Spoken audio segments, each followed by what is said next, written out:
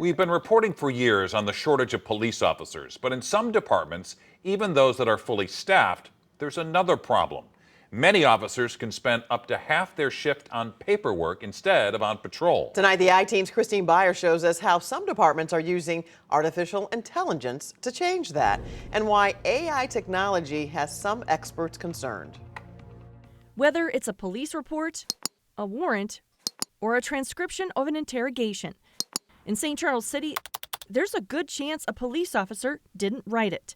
That's because the department is now using artificial intelligence to write routine but tedious police and court documents. If you look back through the history of law enforcement, originally we wrote reports, then we called them into some type of secretary or someone at the desk typing them out, then we started using computers. This is just the next step in it. So how does it work? Officers enter information about a case into the system, toggle the AI tool, and it will generate a document by relying on information previously entered into the system. How can you ensure that this data and everything about this program is safe? Every officer doesn't just type it in and go. They have to review everything and sign off on it. And the sergeant has to sign off on it, then the lieutenant. So we have multiple levels of accountability built in. That means more time can be spent on patrol. For a lot of police officers, they think it's all about chasing bad guys.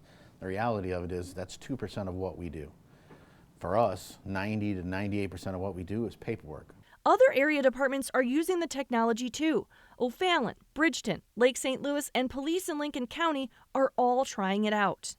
This is a system that can enhance our proficiency, it can enhance our professionalism. Juengst says its AI program is certified by the FBI's Criminal Justice Information Services, or CJIS. It still has to be programmed. Cybersecurity expert Dave Cronister says that doesn't go far enough. CJIS is a great program to make sure that data is only accessed by authorized people. Unfortunately, it doesn't deal with the integrity or the accuracy of the information. Cronister says having officers review AI reports also isn't foolproof. Generative AI could potentially put some statements in that are incorrect or misleading. It could be missed by the officer. And he says AI can hallucinate. Let's say I say 1 + 1 is 3. And if I tell an AI program that enough, it's going to start to believe that 1 and 1 equals 3. That's a hallucination. Captain Ray Floyd says the department is working through all the concerns like hallucinations with the developer of Blue Line AI. And he's got an in with him. It's his son.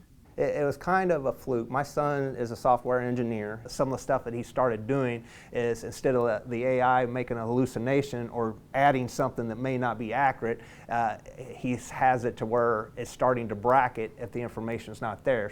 Floyd supervises detectives. He says he's hoping the program will someday generate leads for them to follow. I do think we're at the tip of the iceberg. I think this is going to change the way law enforcement does everything in the future. For the I-Team, Christine Byers, 5 on your side. Nationally, some police departments are using AI to predict where crime is most likely to occur. Civil rights organizations have expressed concerns about how the racially biased police data can lead to over-policing in minority neighborhoods. The St. Charles Police Department is not using its program for crime prediction yet. If you have a tip for Christine and the 5 on your side I-Team, leave a voice message, 314-444-5231, or send an email to tips@ksdk.com. All calls and correspondence will be kept confidential.